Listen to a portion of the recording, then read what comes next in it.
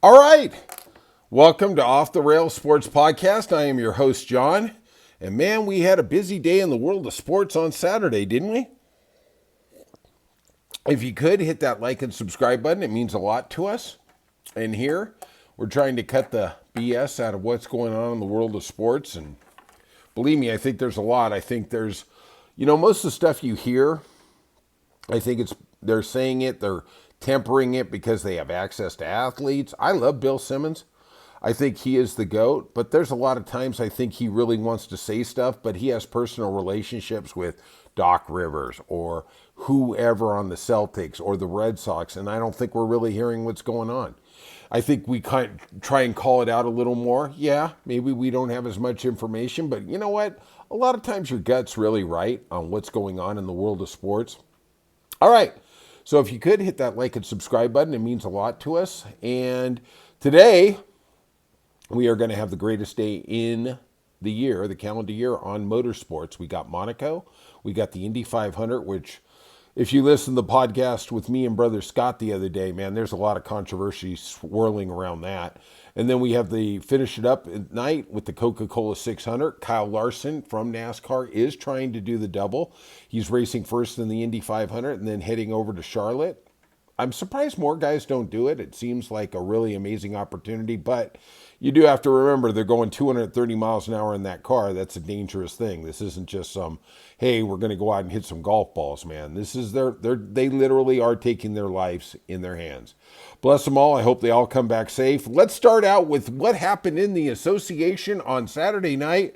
And boy, nobody saw this one coming. Minnesota down 2-0 against OKC, roared back. And I mean roared back for a 143-101 win at home against the mighty OKC Thunder. And Edwards was a stud. We already know he's a stud, but in the first two games, he'd been outplayed by SGA, the MVP.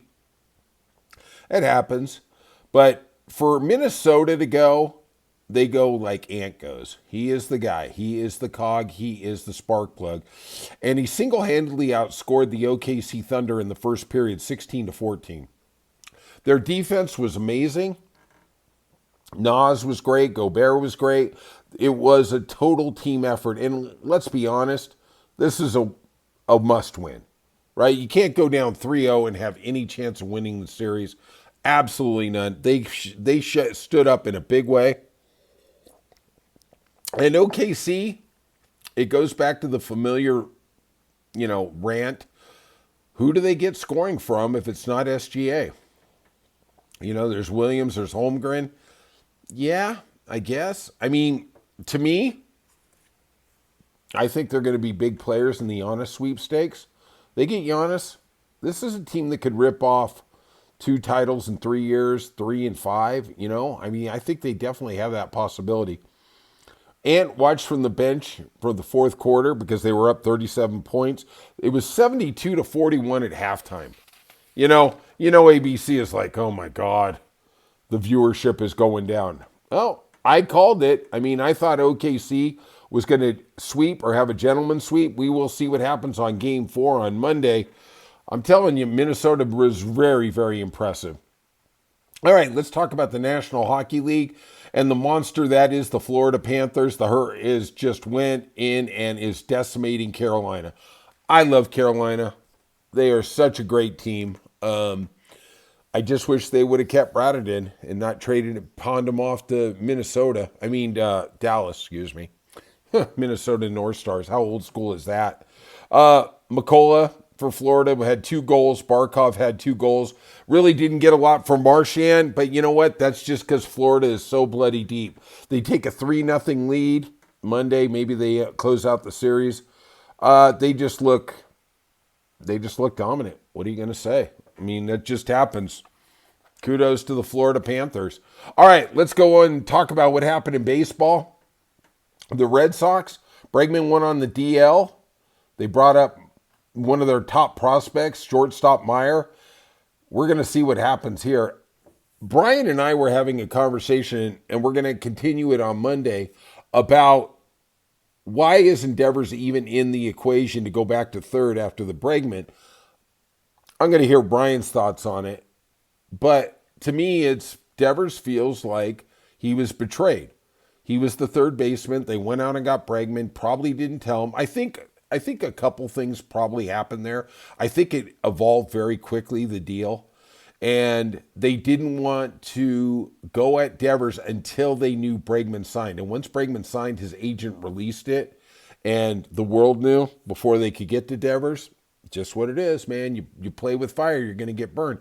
This is karma. Then they were trying to shame him in the press to go to play first base, and he's like, nope.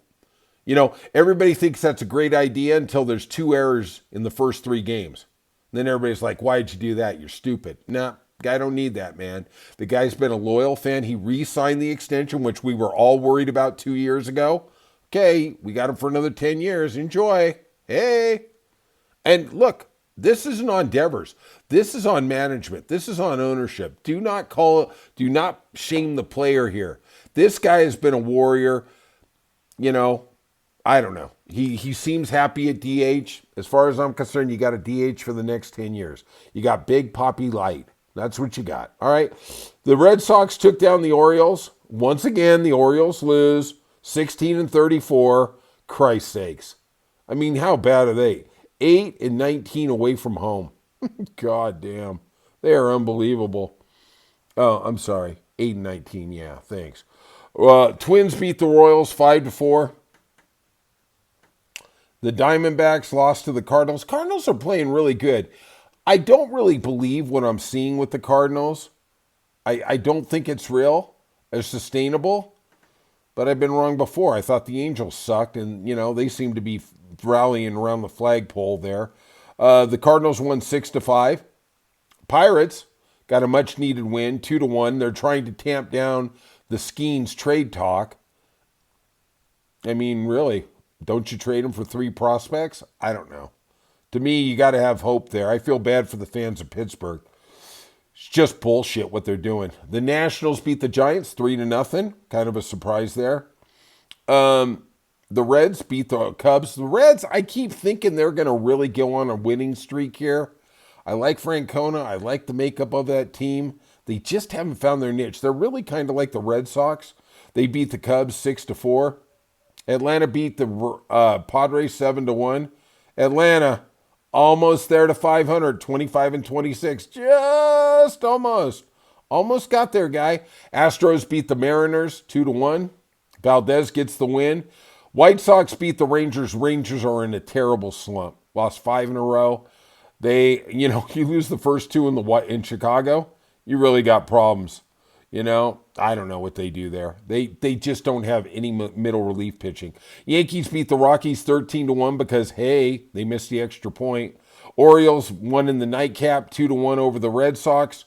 Rays beat the Blue Jays 3-1. The Guardians beat the Tigers, kind of an upset there, 7-5. And the Mets beat the Dodgers in the matinee game for the National League audience of 5-2. You know, I don't know. The Dodgers are goddamn good. All right, if you could, hit that like and subscribe button and leave some comments, and we'll see you soon on Off the Rails.